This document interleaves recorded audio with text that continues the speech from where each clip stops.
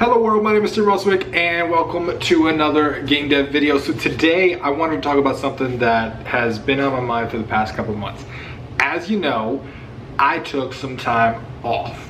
I took away from YouTube, I took away from life, basically. I stood away and I was like, nah, game dev and all this stuff is not for me. But one of the things I did do was I took some time to work on stuff that I love, and I took some time to work on stuff that I didn't show to anybody. Now, that seemed weird. It seemed weird because all of my advice on this channel, all of my advice with marketing, all of my advice with everything crazy that I mentioned to the game developer public was to talk about your game all the time. Talk about stuff, share your stuff, promote your stuff, do all this stuff, right?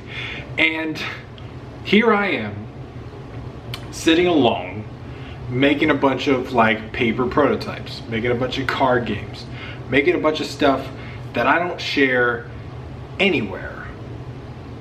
And it made me happy. I had so much fun designing stuff that nobody was ever gonna see. And it made me realize that I think the burnout, it came from overworking, it came from working too much, it came from working too often, it came from not shutting down, but it also came from pressure, social pressure, sharing pressure, putting more pressure on the things that I was creating than I really wanted to. And this is something that was covered in a GDC talk I watched a while back, but I wanted to talk about it because out of all the things that helped me the most, game dev helped me recover from burnout of game dev. And it sounds backwards and it sounds opposite, but hopefully if you're in a weird burnout phase or you're in a phase where you just feel like you need a little bit of recovery, maybe this can help you. So the basics of it was okay, what's causing the stress, right? I sat down and I said, okay, I'm stressed out, I'm burnt out, I don't want to touch a computer. Battle Barn needed a demo for the game festival. There's a bunch of stuff, I was supposed to launch it in August, I think it was, and that was a month or two before I shut down. And I just didn't have any desire to not only work on Battle Barn, but anything. I tried to do Ludum Dare. I couldn't touch a computer. I managed to work for about an hour on a Ludum Dare game. I'm just nah, can't do this. Can't do this. So what I ended up doing was just, okay, well, what's something I haven't done before? And what's something that is the opposite of kind of everything that I was doing? Well, Ludum Dare fell into the same problem, right? I would have to show people. I would have to hear what people have to say. I would have to get opinions. I would have to get feedback. I have an audience, so everything that I release gets seen by people, right? So it's even though I didn't think that was a problem for me, I realized it was. And it had been putting this unnecessary pressure on everything that I was doing. And so I started just making these little card games and stuff that I didn't intend to share with anybody. I didn't intend to ever share them at all. And I had fun, and it got me interested in game design. But then on top of that, it was additional challenge that I had never made before, because in board game or card game design, there's this beautiful design element to it. So when you're making a video game, you can hide stuff. You can have stuff behind the scenes. You can have AI. You can have these interactions. You can have these lots of little pop-up effects, and you can make a game very beautiful. And it might be a shitty game, but it's beautiful and it animates well, so everybody's oh my god, this is amazing, just because you can do a lot of stuff with the UX and the music and you can basically just hide a lot of stuff. In board game design and card game design, physical stuff, there's no behind the scenes, there's no programming, there's no algorithms, there's no crazy animations and stuff like that. So what you're left with is just pure game design, and the game design has to be really coherent because it has to be played and it has to be understood simply. Like it has to be this transparent system that the player understands how it works at every step of the way.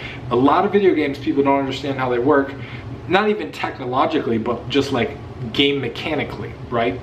So like I hit a thing, I know he's gonna take 1 health, right? But sometimes it's like you do random damage every time you hit an enemy. Like it's like 5 plus random 2, right? So like in an RPG, there might be some random damage on top of every hit that you deliver to an enemy.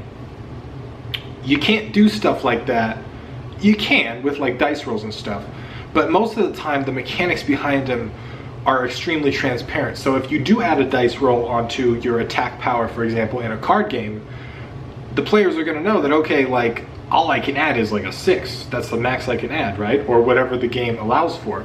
So the system itself is completely transparent. And I know this goes on a rant from like Burnout and stuff, but what this made me realize is that I have this, it awoken this like love for game design that had been inside me, but I'd kind of buried in programming and art and technology and UX and music and sound and audio. Like all that work had buried my love for game design, because game design was like this much of the work, and all the other stuff got in the way. And that's one of the big realizations that I've had over the past couple months, is that I've kind of grown as a game developer, for better or for worse.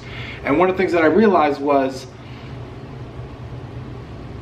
I used to look at programming and art as the fun part of game dev.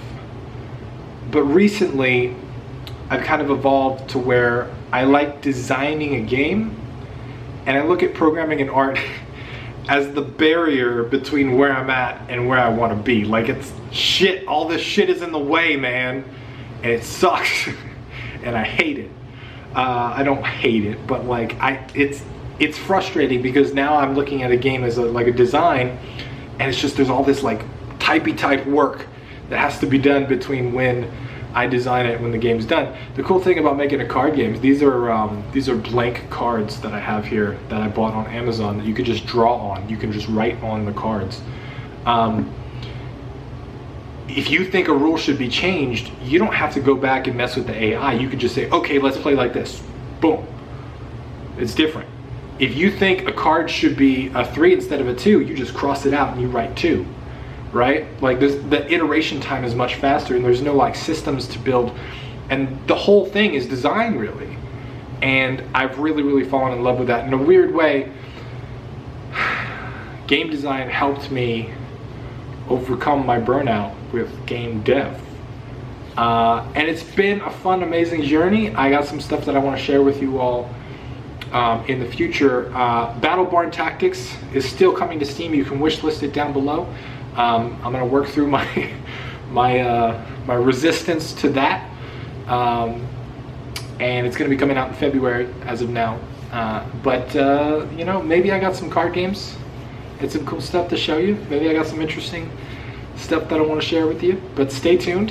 I want to say thank you to everybody that stood by me, everybody that left a comment, everybody that said, Tim, we hope you're doing well. I want to say thank you to all the patrons that help support every month and keep me doing what I'm doing, and help everything just run better, right? Like with the equipment and all the services and stuff that we need to do everything that we're doing. And I also want to invite you to the Discord.